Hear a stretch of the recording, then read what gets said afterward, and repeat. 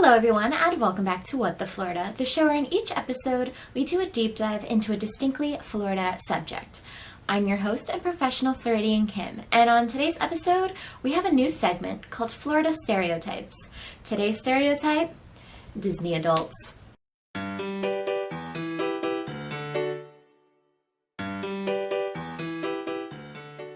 Being a self-proclaimed professional Floridian doesn't just mean I'm an expert in the flora and the fauna and the tourist traps. It also means I excel in the Florida people stereotypes. Sure, we all know Florida man and Florida woman, but what about the lesser-known citizens of the Sunshine State? That's what this recurring segment is all about. In the future, I hope to educate you on all of the beautifully weird walks of life in Florida, but for today, we are going to be focusing on the Disney adult. As a writer, I found the best way to explain something is to show, not tell. Well, today I'm going to do both. So after I describe to you this stereotype, I will attempt to become the stereotype. Later on in the video, I'll be heading to Walt Disney World to see just how well I can blend in with the natives. Also, anyone who knows me can attest that I myself am a Disney adult. That's right, we're starting this new segment with my very own Florida stereotype. That means everything in this video, and also in all of my future segments, are made with love and respect. All my jokes are just that, jokes. Please don't come for me. I only have 130 subscribers. I'm too young to be canceled. So with all of that out of the way, let's discuss the Disney adult. Now, Disney adults are not exactly unique to Florida because there are Disney parks all over the world. Each place has their own brand of Disney fans, but being that Florida, more specifically Orlando, is the theme park capital of the world, well, I think it's an obvious place to start. Disney adults are not just adults that go to Disney casually. They aren't the childless millennials who make a super special trip once or twice a year. Maybe they own a pair of ears and have a favorite princess. No, we're talking about the hardcore fans here. We're talking about the people who go every single weekend with their gold and platinum annual passes. The ones with all the perks. No blackout dates, free photo pass, ice water in the parking lot. These are the people who have a favorite Epcot festival, even though they're literally all the same.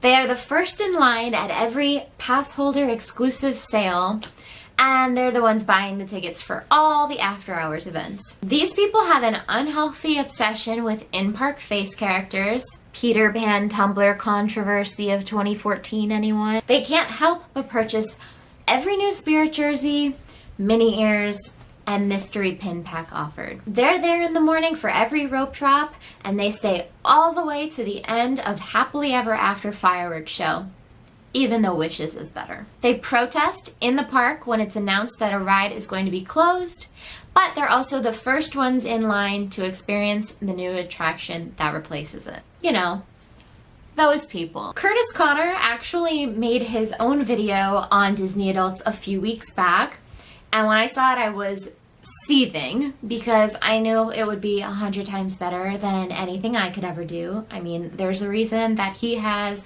millions of subscribers and I don't. Thank you all for subscribing. I love you all very much. But his video was pretty good. If you want to check it out, I will link it down below. He had a lot of great points.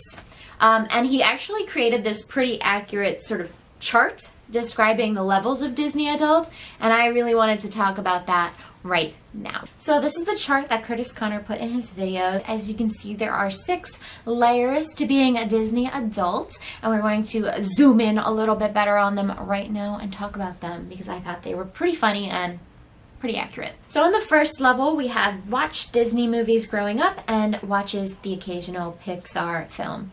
These are just adults that happen to like Disney movies. Disney puts out some really good movies, so you know you're obviously going to have some people who just like the movies. There's the Star Wars fans, the Marvel fans. A new movie comes out, they say, oh, that looks good. They go to the theater, maybe they buy it on DVD. It's fine. The second tier sees every single Disney movie, goes to the park every few years, has Mickey Mouse ears, but probably doesn't wear them. These are the normal Disney adults. These are the ones I was talking about before. They just kind of go casually, they like it, but it's not their whole life. And then we start getting into the deep. Goes to the park as much as possible, has at least one Disney-themed tattoo, and might even have a Disney Instagram account. That's where I would place myself, personally. I do go to the park as much as possible.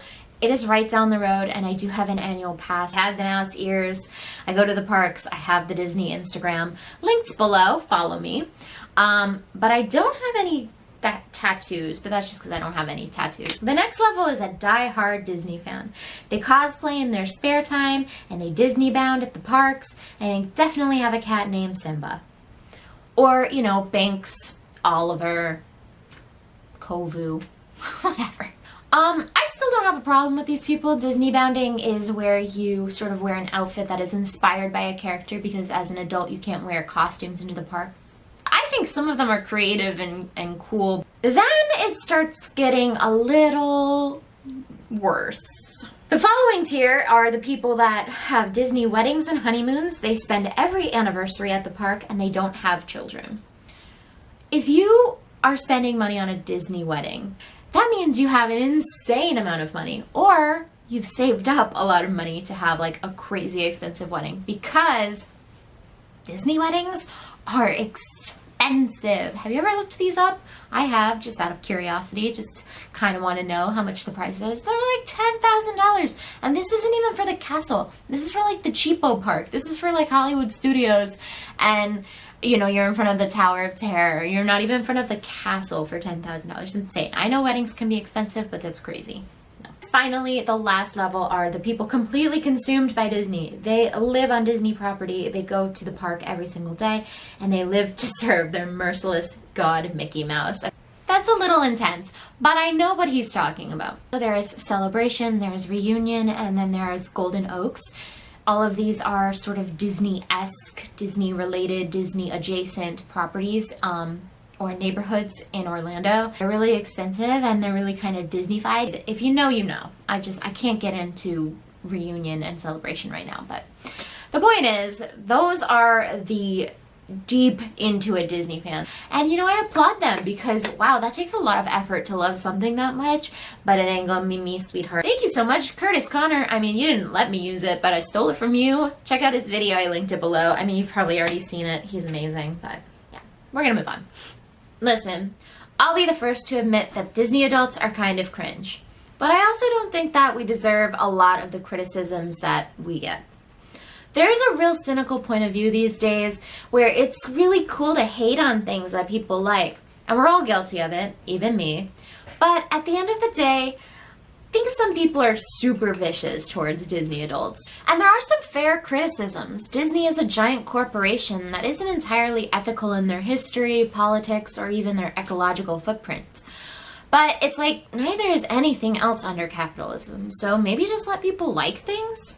Disney adults are not hurting anyone but their own wallet when they stand in line for like 2 hours to try the new Blueberry Dole Whip. There's so much bad in the world. If making their own custom droid for $200 in a theme park makes someone happy, I mean, just let them have it. So now that we have a better idea of who this group of people are, I think it's time to put my knowledge to the test. I'm going to attempt to become one of these Disney adults, and I'm sure it's going to be very difficult for me. And later, I will be going undercover at the Walt Disney World Resort to see if I can't blend in with the natives. But first, I'm going to need my disguise. So, you want to become a Disney adult. You think you have what it takes to spend 12 hours a day in a busy theme park? But you don't know where to start. Well, that's easy. As long as you remember ears. Ears are a Disney adult's most important feature. You can make your own, purchase them handmade on Etsy or Instagram, or purchase them at the park. Make sure it matches your outfit. Purple potion, perfect choice. Accessories. Sure, you have your villain shirt, but that's not enough to prove your Disney chops. How about a magic band? And you can't go wrong with your matching Haunted Mansion wallpaper shoes and optional mask. But where will you put all your stuff? An Ida bag to display your wide collection of Disney pins? Great choice! Are you really sure this is the best use of your time? You're 31 now, and most people your age are in a relationship, growing families of their own. They're buying houses, they're well into their careers, and this is how you're spending your money. You're never fully dressed at a Disney park without money. Make sure you have a lot of it. You're gonna need it. Looking sharp. Now that you're all dressed up, it's time to go to the park and do some adulting.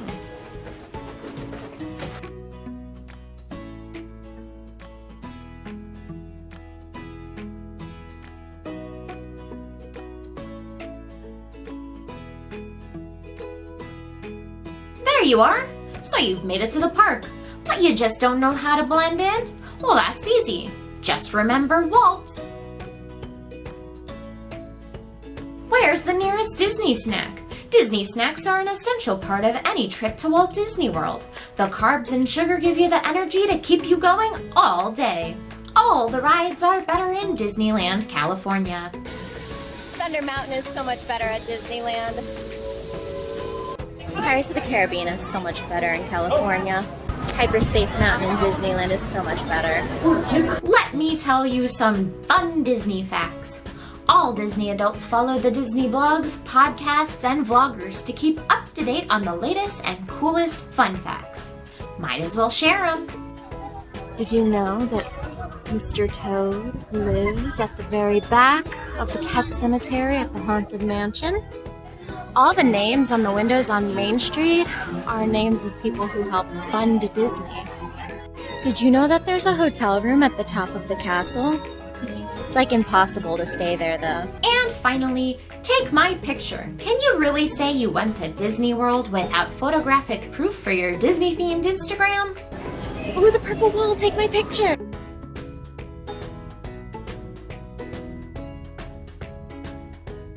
Now that you've mastered Walt, you're ready for a magical day.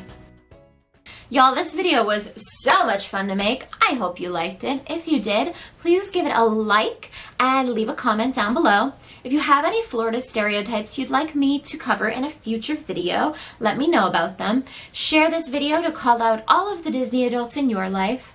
Why are you hissing? Stop it. Interrupting me.